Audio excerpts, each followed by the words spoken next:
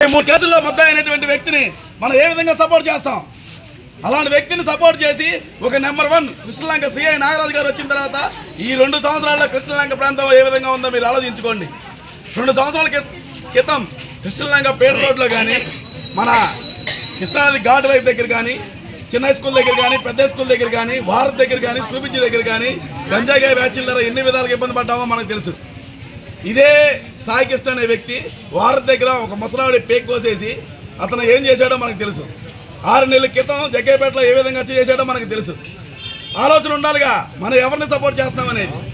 ఒక సిఐ గారు ఒక వ్యక్తిని అరెస్టులో చార్జ్ పోజులు తీసుకొచ్చి ఆయనకు అప్పచెప్పారు.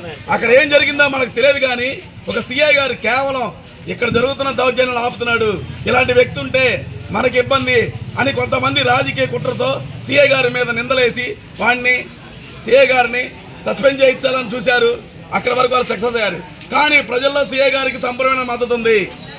ప్రజలు కోరుకుంటున్నారు సిఐ గారిని సస్పెండ్ చేసి మళ్ళీ ఆయన యథావిధిగా కృష్ణలంకలో పోలీస్ స్టేషన్లో ఆయన డ్యూటీ చేయాలి అని మహిళలందరూ కోరుకుంటున్నారు.